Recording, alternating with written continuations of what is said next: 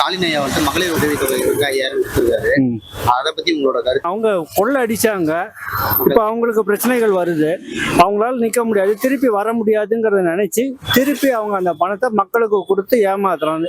மக்களோட வரி பணத்தை தான் திருப்பி கொடுக்குறாங்க, அவங்க ஒன்றும் என்னாமா கொடுக்கல. நான் பக்கா திமுக காரன் தான், இருந்தாலும் அகேன்ஸ்ட் டு தேர் பாலிசிஸ். யார் பண்ணியிருக்காங்க இது மாதிரி?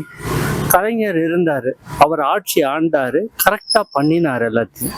அவ பையன் தான் வளரணும், தான் குடும்பம் வளரணும் தான் நினைக்கிறாரு தவிர வேற எதுவும் நினைக்கல. மக்களை பத்தி சிந்திக்கல. திருப்பரங்குன்றம் தூண்ல வந்து தீபத்தூணை வந்து கோர்ட்டை கொடுத்துட்டும் நீ எதிர்த்து பண்ணியிருக்க அப்படின்னா என்ன அர்த்தம்? கோர்ட்டே நீ மதிக்கல. அவ்வளவு பெரிய ஆளா நீ? மக்களுக்கெல்லாம் தெரியும். நிறைய யூடியூப்லயே பாருங்க, இந்த 5000 ரூபாய் கொடுத்துட்டு வாங்கினவங்களுமே காரி காரி துப்புறாங்க, காரி காரி துப்புறாங்க. இவருக்கு என்ன நடக்கிறதுனே தெரியல. பின்னாடி இருந்து ஹலோ ஹலோன்னு ஒருத்தவங்க சொல்றாங்க, அதை வச்சு இவர் பேசுறாரு. மேயரா இருந்த ஸ்டாலினா இருக்காரா?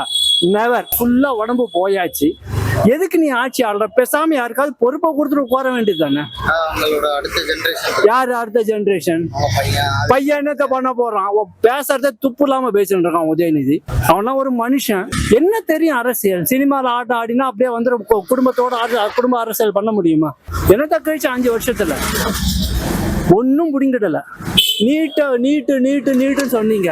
ஏன் நீட்டை எதிர்க்கிறீங்க? உங்க ஆட்கள் தான் எம்எல்ஏவும் மினிஸ்டரும் தான் நீட்டு வந்து மெடிக்கல் காலேஜ் வச்சுட்டு இருக்காங்க. என்னோட ஓட்டு சத்தியமா நோட்டாவுக்கு தாங்க போகும். எவனையும் நான் நம்புற மாதிரி இல்லை. நான் ஒரே ஒரு கேள்வி கேட்கிறேன், காங்கிரஸ் கேட்கறதுல என்ன தப்பு? நீ மட்டும் சென்ட்ரல் கவர்மெண்ட்ல உங்க அப்பா இருந்த காலத்துல நீ மட்டும் அங்க ஆட்சியில பதவியில பங்கு கேட்ட. இப்ப கொடுக்கறதுல என்ன இருக்கு? நாங்க அப்ப நீ மட்டும் சம்பாதிக்கணும், மத்தவன் சம்பாதிக்க கூடாது. அதென்ன என்ன செஞ்சிருக்க?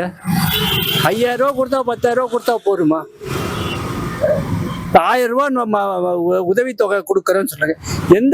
என் ஊருக்கு வாங்க, நான் இங்க வந்து வேலைக்காக தாங்க வந்தேன். என் ஊருக்கு வாங்க. கஷ்டப்படுற லேடிஸ்க்கு எத்தனையோ பேருக்கு கொடுக்கல. கட்சிக்காரனுக்கு தெரியாமலாம் இது நடக்காதுங்க.